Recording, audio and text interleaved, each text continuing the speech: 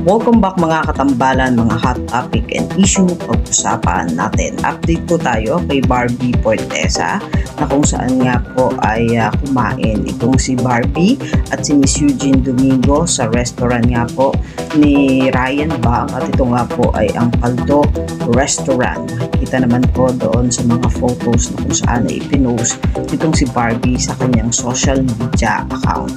Si Barbie at Eugene nga po ay magkakasama para po sa Kontrabida Academy na ipapalabas na nga po sa September 11. Nakikita talaga ang husay ni Barbie at ni Eugene Domingo sa pag-arte, at kakaibang Barbie Forteza ang makikita rin sa Kontrabida Academy. Next naman nitong si Barbie sa kanyang social media account din ay nag-post nga po ito ng post nail kung saan nga po ay nagpaayos itong si Barbie ng kanyang kuko, at may caption pa nga doon sa post na "Uy, babae na ulit", kung saan ipinakita itong si Barbie ang napakaganda niyang kuko na ipinaayos nga po niya sa post nail. Samantalang si Barbie Forteza nga po at si David Licauco ay magkakasama naman po mamaya para naman po sa McDonald's. At bukod nga po kay Barbie at David ay makakasama din si Miss Heart Evangelista. Ito po ay gaganapin naman sa Glorieta Activity Center.